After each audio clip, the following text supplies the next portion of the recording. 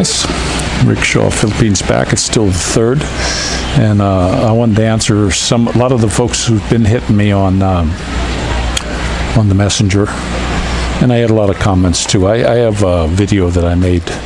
Oh my goodness, I don't see the date, but it was probably close to a year ago. It was dangerous to expats in the Philippines. And I told you about the things that I thought were dangerous, that were dangerous to me. I know some guys said, oh, what about the women? And I take it.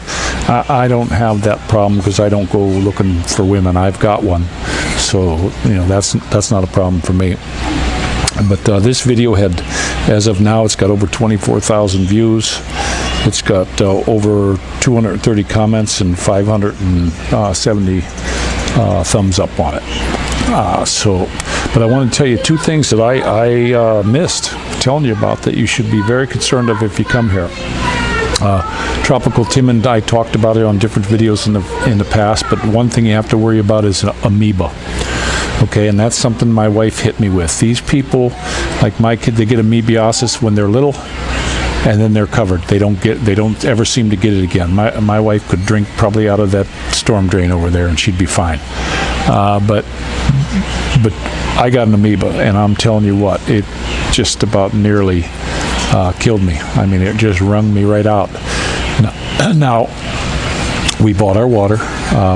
We used to go, when I first got here, we went to a water guy that he really got in there and cleaned your water tank out that you brought him. He was a little more than everyone else, but he was a good little dude, and that's where I was going to get my water. He cleaned it up really good. His water station, he was a one-man deal, was ultra clean, running. He had dates on all of his filters. He changed them regular, and we used him for years. We used him for about 5 years. Something happened to him our last year we were at that house, so we lost him. But where I got my amoeba from was from the ice. And what you guys, and Tim and me talked about this, one thing you have to absolutely do when you go to any restaurant and you want to get a soda or you want to get a drink like that, tell them no ice.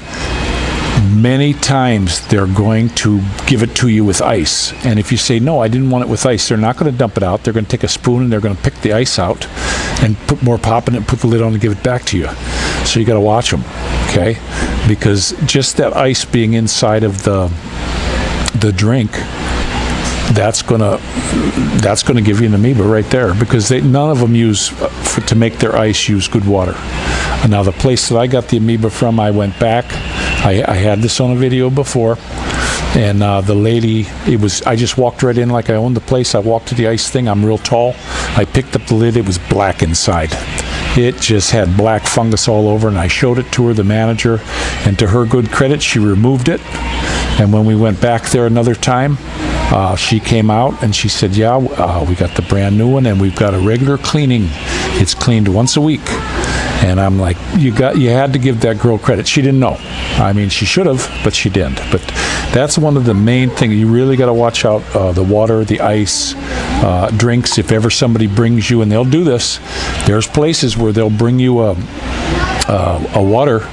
bottled water that the cap is loose, or they'll put a paper towel over, turn it away, because I've seen them already in the restaurants where they take those jugs and they fill them up with water again and put them in the refrigerator, and they'll bring you one of those, and you're getting tap water, guys. So you don't want to drink the tap water here. So that's a big danger to expats in the Philippines.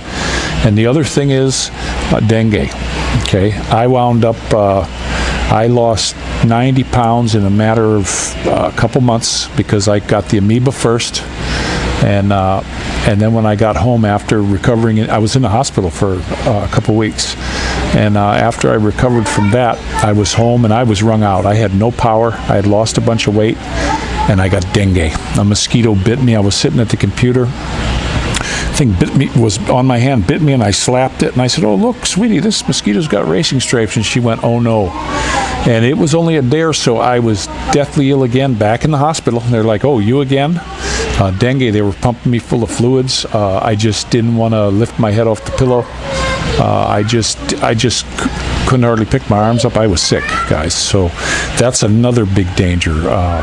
If you're, I took some pictures. I'll see if I can put it on the header of what they do here. The Filipinos will throw tires on their roofs. Why, I don't know. Somebody said to hold them down. If you get a big storm around here, ain't no tire going to hold your roof down. But they fill with mosquitoes. So the way we do it is, we did screens. The first house we had, we screened it all up. We didn't leave the doors open. I like to leave the doors open, but got to screen them. It's not so bad here. I can leave the doors open all day, right around dusk, and early in the morning is when the mosquitoes come out. So we watch it then. We keep the screen door closed, but we have a big fan in the living room that we run. We run that thing on a regular basis at night, even if we're cold, just to keep the mosquitoes from flying around, because they're in there. My wife is an expert mosquito catcher. She goes around and slaps them. She puts her 2 hands and she slaps them together, and she always gets them. They're hard to get here, but those are 2 of the things that I missed on this. And I could add a few more about the drive, and I did a video on the drive, and I recommend if you're a foreigner coming here and you can get away with it, just do it. I'd recommend getting a tuk-tuk or getting a tricycle or getting a motorcycle. And the motorcycle, you can stay away from the heavy traffic. If you're going to be retired here and not having to go to work, you can stay out of the hours where it's real bad. When I was in the hospital one time when my kids had dengue too, and all 3 of them at the same time, and we were at Southwoods Hospital, and my wife wanted one of these show piles, or I think it's a show pile. It's a big fluffy bread thing, and in the middle there's a meat in there, or there's some kind of goo. She always wants the one with the yellow tag. That's a special one. I forget, but I always remember to get her the yellow one. It's got a little yellow dot they stick on it. And I left the hospital, and it was a good, I'd say close to a half a mile to walk down this store. And I got time, so I'm walking down the store. And when I walked out, there was a guy. He had an orange Honda, an old one. I mean, this thing was 80s, early 80s, 81 or 82. And I had one similar to it. Mine was a little bit newer than that, but it was the same model. I can't remember which Honda it was. And I started walking. I walked all the way down to the 7-Eleven, went into the store, bought my stuff, waited in line, and came back, and he was only half the distance in all the traffic. So you get some serious traffic. We actually, our friends wanted us to buy over there. There was a house over there that was in Chrysanthemum, and there was a house over there that we could have afforded. And it was kind of a nice house. It needed fixed up, but it was a nice house. And after that, we were seriously considered. After that, that's when I said, no, I won't live here, because it was every day like that. It's an exit from the freeway. There's a big hospital there. There's, it's upper end. And then also the place that you go to it, I never thought about it because I had a tricycle and a motorcycle, and they let you through the guard shack. But now that we got the car, you got to pay. Every time you go through this area, they hit you on both ends. You got to pay, so it's 10 pesos. So that's something to watch out for. If you can get away with driving, do it. And some people say, like we took trips all the way to the other islands. We drove all the way down to Batangas, got on a boat, we went to Mindoro. We traveled the whole thing of Mindoro. We had a great time on that trip. And now me, when we're on the highway, I don't mind driving, but in the local traffic, I don't. It's not fun, guys. It's not fun. I call it whack-a-mole, and they're trying to whack you. People do not look here, so that's a danger. The other dangers, I can't think of too many more, other than, like I said in the first video, about the dogs. And most of them, like around here, there's packs of dogs and stuff, but they're shy, skittish, and they don't bug you much, except they rip the garbage up all over. That's that. But I wanted to hit you guys back on the messenger. Instead of trying to answer so many of them, I'm just going to do it here. And I'll just put a link to the video in each of your messengers so you can see this one. But that's what I got to say on that. And it's just after my kids got back, we went for a big walk.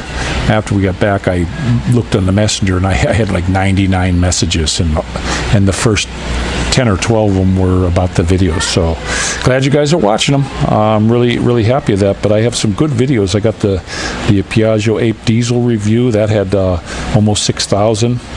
Expats cost of living had over 3,000. And then I had election one that was 2,700, 2,200, 2,000. I had a lot of videos that are getting some nice views, and I'm happy you guys are viewing them. They're still not monetizing me. I have no idea. My watch hours are more than double of what they asked for. I'm way over 1,000 on the count. So for some reason, YouTube just does not want to monetize me. They keep going on here and kicking my numbers down. I was up to 187 or 1,187.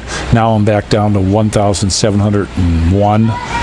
Yeah, I mean they just keep knocking me down, up and down like this, and they're trying to get me to think that I ain't worth it. But no. I do my best at this channel. I know there's a lot of you folks like it. With all the subscribers, I get lots of good comments. One of the nice things about the channels I look at, I like to go to the comments while I'm listening to the person talking. I like to go to the comments, and also on mine too. I know one of my buddies said he listened to it, and I said, "Well, did you see the picture I put in there?" And he's like, "No."